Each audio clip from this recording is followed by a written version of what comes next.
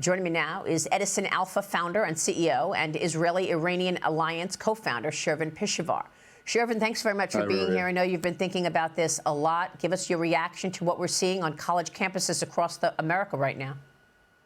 I never thought that in America we would have young people flying the flags of terrorist organizations like Hezbollah and Hamas at our universities, at Columbia and beyond. And then to have the Islamic regime, which is a terrorist government, Islamo-fascist government, the Supreme Leader Khamenei tweeting to those students and encouraging them and saying how happy he is that he's seeing that they're flying the Hezbollah flag and the Hamas flag. Right. This is it's from some kind of dark nightmare that our country has been infiltrated by agents of the Islamic regime. Right. We have to realize what's happening here.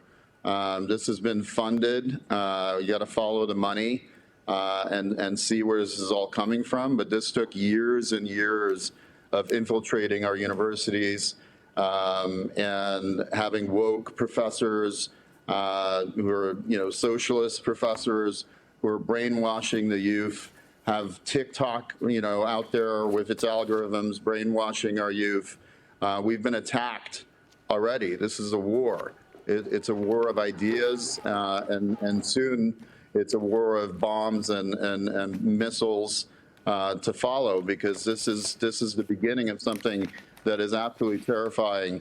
The reason I started the Israeli-Iranian Alliance on October 8th is because that was Israel's 9/11. I said it the next day. Every Jew in the world was not safe. Anti-Semitism has spread everywhere. People are completely comfortable saying that they want to kill Jews, as we saw with the Columbia student in his interview, saying that all Zionists should be killed. We're living in this bizarro world. We have to wake up from this nightmare and deal with it. And until we deal with the Islamic regime of Iran, there is not going to be safety for America, Israel, any Jew, any Iranian. And the alliance is about uniting all of us, because there's 88 million Iranians in Iran who are not flying Hezbollah flags, Hamas flags. Right. They're our freedom fighters. They're sacrificing themselves, like this rapper, Iranian rapper Tumaj, who's an amazing rapper. He's the Tupac of Iran and is so courageous. And he's been sentenced to death by hanging on a crane for musical lyrics. This is the medieval world that the Iranian people are having to suffer through. And we need to liberate them. They want to be free. And the best way to stop all of this is to stop the Islamic regime. They're just as dangerous as the Nazis and Hitler was. Yeah, we're looking for solutions this morning because, as you say, the leadership in Iran is celebrating the anti-Israel protests on college campuses across the U.S. The Supreme Leader of Iran posted on X on Sunday. He writes this: in states across the U.S. itself, people are coming out in huge numbers to chant slogans against Israel and America. U.S. and Israel's reputation has been ruined. They truly have no solution. Shervin, I want to get your take on the solutions and how do you think the U.S. leadership could try to tame Iran. You also just mentioned the rapper, and we see people holding up signs for this rapper who has been sentenced to death. What are the solutions here, Shervin? The key solution is this idealistic idea that the Biden administration and the Democrats have been pursuing of engaging with the Islamic regime, thinking that they're going to delay them from becoming a nuclear power, God forbid, and then releasing billions of dollars to the Islamic regime, even after October 7th. It's insanity. What kind of policy is that?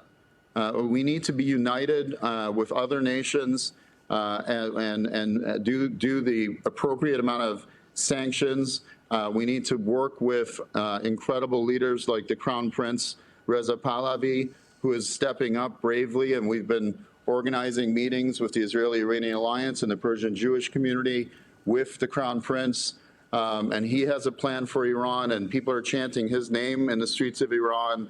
We need to support an interim government that is legitimized by being recognized by Western countries.